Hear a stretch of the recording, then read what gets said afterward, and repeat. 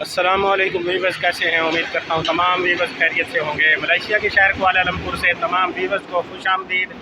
आज की इस वीडियो का टॉपिक है कि मलेशिया में जो कि ग्लास का काम होता है या बिल्डिंगों में प्रोजेक्ट होते हैं जो बड़े बड़े, उसके चारों साइड पे शीशे का काम होता है, ठीक है, उस पर क्या कुछ सैलरी होती हैं, क्या बेनिफिट मिलते हैं, ये तमाम तर डिटेल्स आपके सामने रखने वाला हूँ। अगर आपने अभी तक मेरे इस यूट्यूब चैनल को सब्सक्राइब नहीं किया तो कर लें, ताकि आने वाली वीडियो के लेटेस्ट नोटिफिकेशन आपको वक्त पर मिल सकें।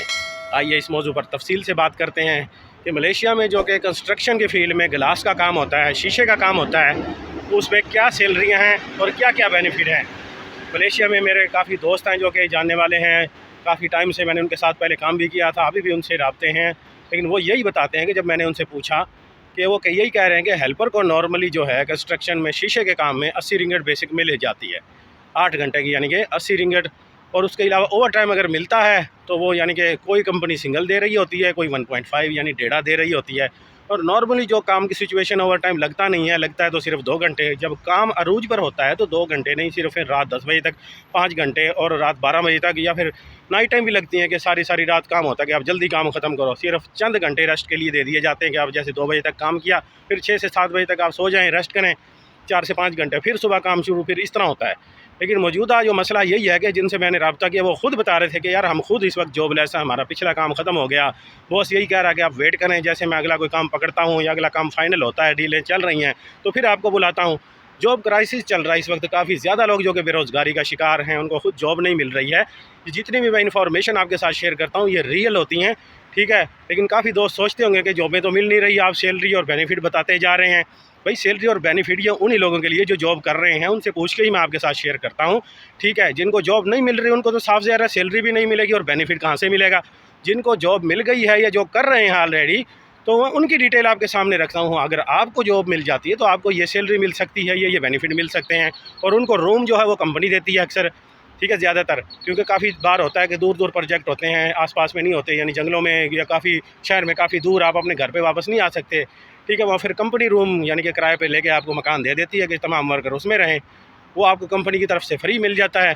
तो आपने खाने का निज़ाम मैस का वो आपने खुद ही चलाना होता है, जिसको हांडी वाली बोलते हैं। मैस आपने खुद चलाना होता है, वो आप पे डिपेंड करता है कि आप कितने पे चला सकते हो। 250 से 300 रिंगट नॉर्मली मैस का ख़र्चा आता है।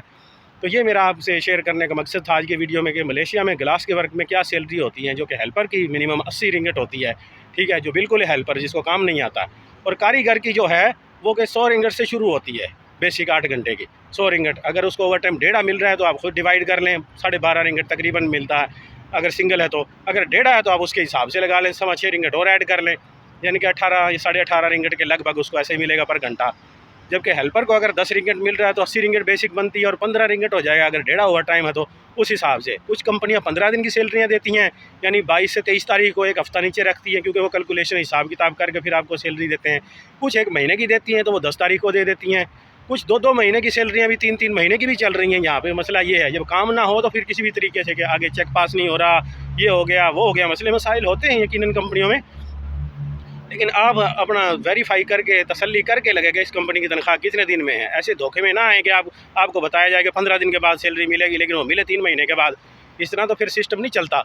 उम्मीद करता हूँ आपको ये तमाम तर मालूमात मिल गई होंगी कि शीशे के काम में क्या सैलरी और क्या बेनिफिट होते हैं, जबकि वीज़ा आपका अपना होता है। इसमें आज़ाद वीज़े वालों की मैं बात कर रहा हूँ। अगर आप शीशे की यानी कि कंपनी के कॉलिंग वीज़े पे आए हुए हैं तो उस सूरत में फिर कंपनी का ही वीज़ा होगा, कंपनी ने रीन्यू करके देना है, मेडिकल देना है, आपके साथ कॉन्ट्रैक्ट होगा। 3 साल का नॉर्मली होता था पहले, तो आजकल क्या सूरत हाल है ये मुझे अभी तक कंफर्म नहीं है। जैसे ही होगा तो वो भी शेयर कर दूंगा।